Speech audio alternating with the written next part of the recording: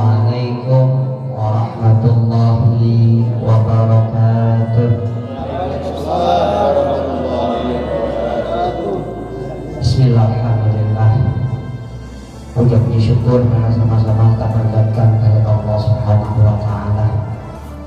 Selawat dan salam semoga selalu terlimpah curahkan kepada baginda Rasulullah sallallahu alaihi wasallam.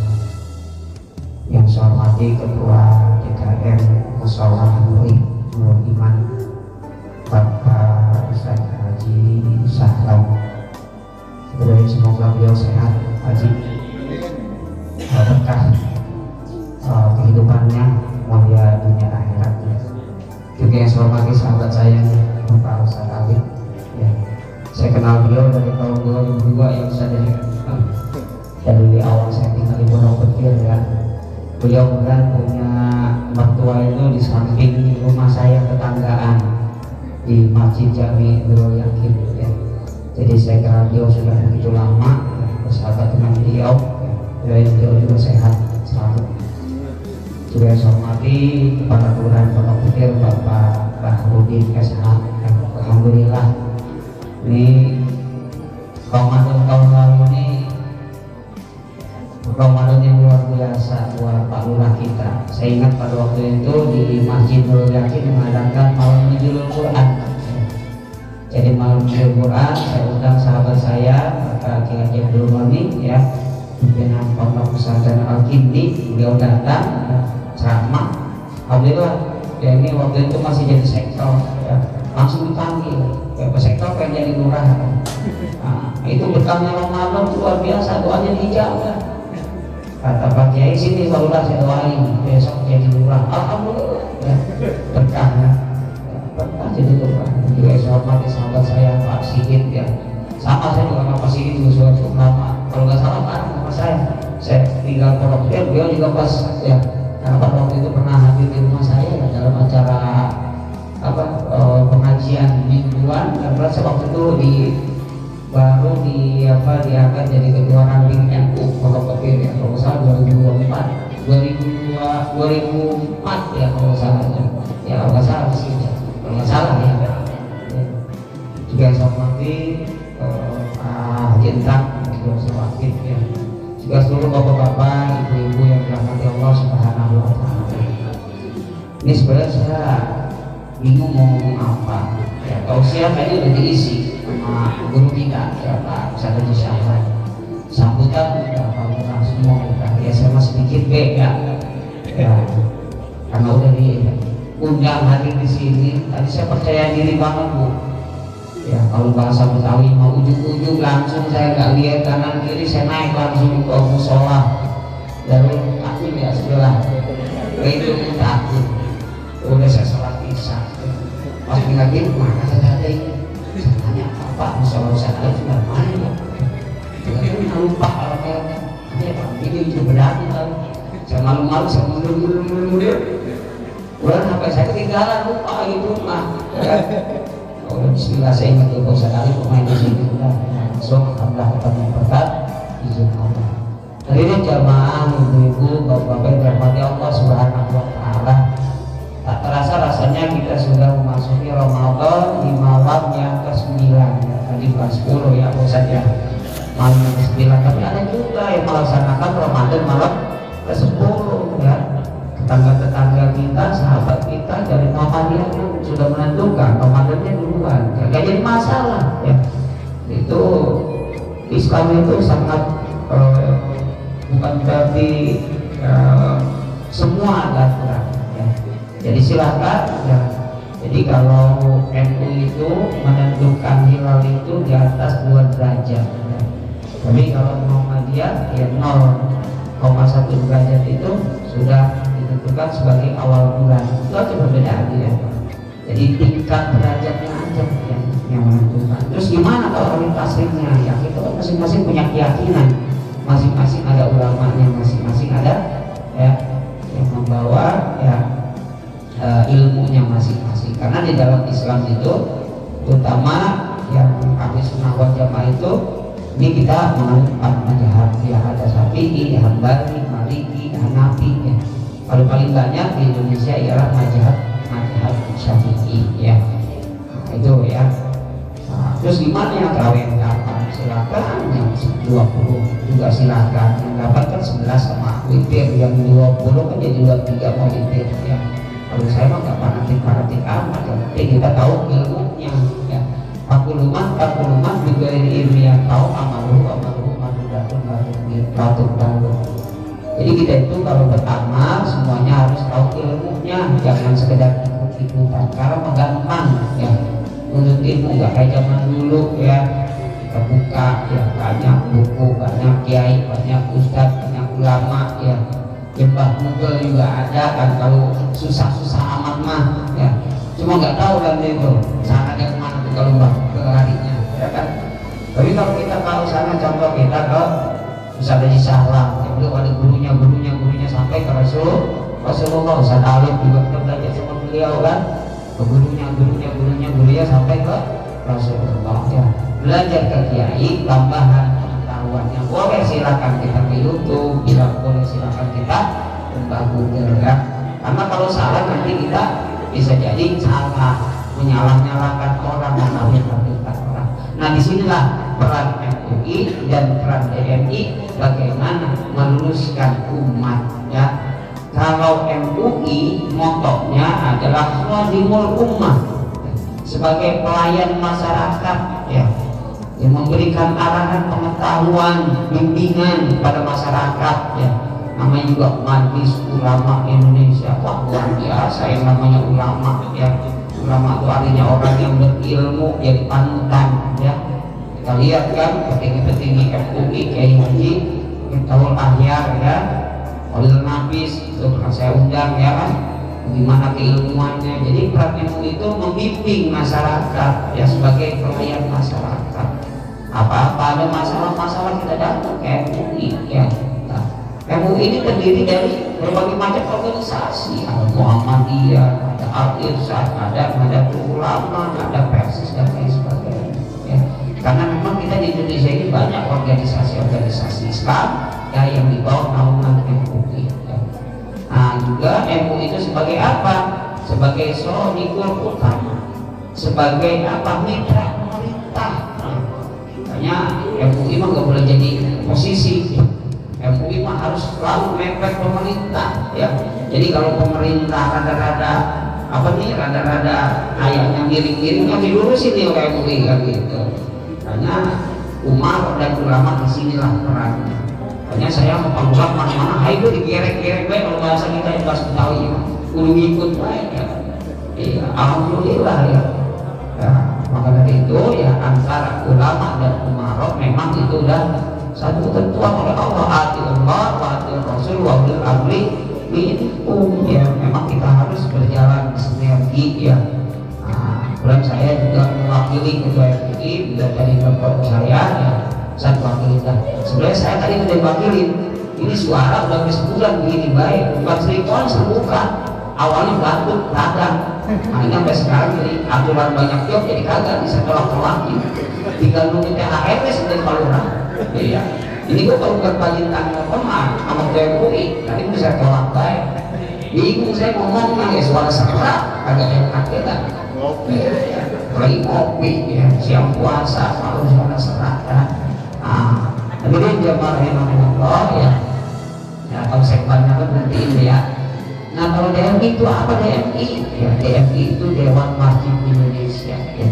Jadi kalau peran MUI itu lebih banyak keumatan, lebih banyak ke masyarakat, lebih banyak mengurus tentang ya akidah, tentang sosialisasi di masyarakat, akhlak, kepedulian dan lain sebagainya ya. MUI ini lahir lebih muda dibanding DMI. MUI itu lahir tahun 1975. Kalau DMI lahir tahun 1970-an. Jadi tuaan DMI. Cikal bakal MUI adalah dari DMI. Kalau populeran MUI, DMI apa? Orang populernya Dewan Masjid Indonesia, tapi keren namanya masjid. Sama kalau masjid ini atau DMI ini lebih banyak berperan pada administratif, lebih berperan pada ya administratif, manajerial. Bagaimana membangun masjid ini supaya masjid ini kita bangun musola ini menjadi benar-benar sarana yang bisa membangkitkan, membangun umat. Jadi bukan cuma hanya peran sebagai sarana ibadah. Kayaknya motonya memakmurkan dan dimakmurkan. Jadi kita makmurkan masjid apa? Jamaahnya jadi banyak. Ini saya yakin nih, kemarin nih awal puasa penuh nih sampai masang tenda tuh, sampai masang gubuk ya, dari kabur lagi tuh, ya bener lah. Iya. Apakah nggak punya duit tapi darurat ya? Nah, yang keren dikit dong, masa masih dikomplek. Ya salah ya, pecah ya, bukan maksud lain-lain, bukan timah ya. Ini mau terus kendaraan itu ya, yang tadi dibuka itu mah ya. Jadi bagaimana masjid ini kita makmurkan dengan kita berjamaah ya, sholat berjamaah kalau untuk sholat tadi bahwa Sabina istri sama. Jadi sholat berjamaah itu lebih mulia, lebih baik daripada sholat sendirian dengan pahala 27 derajat. Apalagi di bulan suci Ramadan, pahala sunnah dihitung menjadi pahala wajib dilipat gandakan oleh Allah Subhanahu wa Ta'ala. Yuk kita makmurkan masjid musola ya. Siapa lagi kalau bukan makmurin? Kemarin zaman Covid kita nangis-nangis pengen ke masjid, jadi bisa balik. Saya rumah depan masjid nangis pak saya.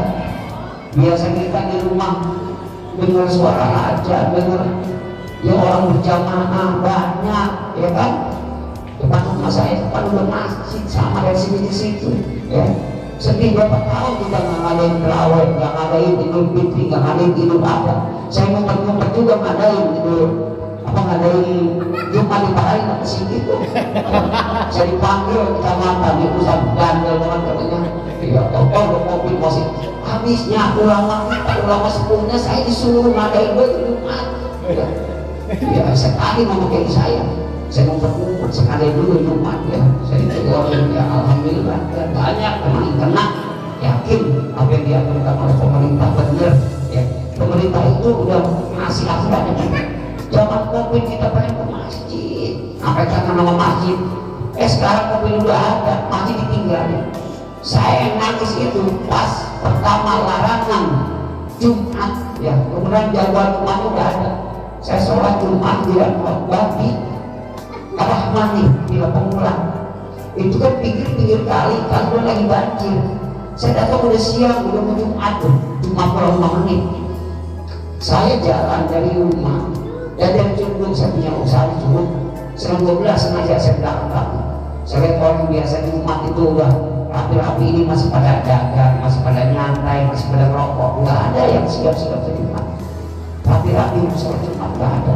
Pas begitu saya jalan, itu kan pikir kali, Masya Allah, yang saya lihat orang pada mancing nih kali. Jadi ada musibah, bukan kita berserah diri, tawakal kepada Allah, bertobat. Ini malah memanfaatkan yang tadinya waktu sholat Jumat malah kita berehat-rehat, kita mancing. Maka dari itu maka kita bersyukur kepada Allah Subhanahu wa Ta'ala. Yuk kita makmurkan masjid kita ya. Terus bagaimana kita makmurkan tetangga masjid kita yang ada kesusahan. Kalau punya kalau masjid kasih gede, kalau musola tak tahu ya, karena gak ada Jumat ya, gede banget. Alhamdulillah orang komplek mah ya. Saya lihat ya mudah-mudahan ya pasti ada ya. Nah ini jamaah Allah, saya tidak membahas masalah puasa. Saya yakin ustaz-ustaz yang di sini sudah banyak membahasnya ya, sudah banyak memberikan arahannya ya.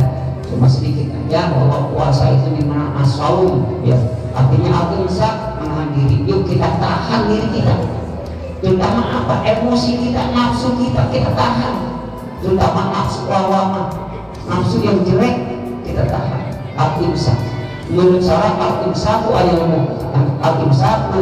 anil mukirin bisyurutil hati, menahan diri dari perkara-perkara yang bisa membatalkan puasa yang diatur dengan syarat-syarat dan ketentuannya. Karena puasa ada bentuk puasa, ada syarat puasa, ada syarat wajib puasa, ada yang membatalkan puasa, ada yang membatalkan pahala ibadah puasa. Kita mau puasa dan kita bisa puasa doang, baru kita bisa puasa doang puasa kita. Jadi para ulama itu membagi puasa menjadi tiga. Yang pertama adalah puasa umum. Puasa umum nih kayak kita nih, kita kan puasanya puasa umum kan. Yang penting kita udah nggak batal deh, nggak minum di siang hari, nggak makan, ya nggak batal dah buat syariat. Udah luar biasa kita mah itu juga. Ya. Kita mah udah luar biasa karena masih banyak saudara-saudara kita yang nggak puasa, apa yang terang-terangan udah bukan tahun pasar, bukan yang berpuasa, tukang bakso yang bukan, terus tukang mie ayam buka, warteg buka, ya kalau kok baik, ya kan? Iya, jadi apalagi di jalan-jalan mah, kalau di sore mau ngobrolin, nih waktu bila lebaran nih yang kagak puasa yang paling repot, yang kagak puasa yang paling biasanya paling semangat menghadapi itu apa lebaran. Jadi kita mau puasanya baru puasa puasa umum kita mah yang penting menahan lapar dan haus. Kita tingkatin puasa khusus. Bagaimana kita jaga puasa kita, bukan sekedar menahan lapar dan haus, tapi kita jaga puasa kita dari yang membatalkan pahala ibadah puasa. Kita jaga mata kita, lisan kita, mulut kita, kaki kita, tangan kita jaga semua, ya semua kita jaga agar supaya pahala ibadah puasa kita tidak hilang. Sayang Pak Bu, kita udah nahan lapar dari pagi sampai sore, itu kita udah kencang perut kita, nahan lapar dan haus, tapi nggak dapat pahalanya, rugi. Sama juga kita dagang dari pagi, ya udah capek-capek gak ada untungnya cuma sia-sia, capek doang. Kamin so'imin laisa lahu minal ju'i wal 'ath, kata Rasulullah. Banyak orang yang berpuasa tapi cuma hanya dapat pahalanya kosong, hanya mendapat imbalan lapar dan haus doang. Rugi kita. Maka kita jaga ada 5 perkara yang bisa membatalkan pahala ibadah puasa. Khamsatu asya'a tubtilu saum dan tubtilu sawab. Ada 5 perkara yang bisa membatalkan pahala ibadah puasa. Yang pertama al-kibbu, bohong. Lu suka bohong apa enggak? Bapak-bapak suka bohong apa enggak? Sering banget. Karena saya bapak-bapak. Karena kalau ibu-ibu nggak dibohongin Pak, kalau kita ngomong jujur galak bener. Emang iya, itu mah nggak istri ustaz, nggak istri orang biasa. Iya, yang punya istri alhamdulillah ustazah, guru lagi. Tetap kalau bilang urusan masalah duit mah, ya kalau kita kan bohongin ya susah. Ini mah kita kamu dah, tapi udah amat ya. Kadang-kadang kita bohong jadi hal yang jadi biasa, kita anggap nggak dosa. Habis kita jujur, salah dimarahin. Ya kita bohong dulu dah, kita bohong dulu, ntar 2-3 hari baru kita jujur.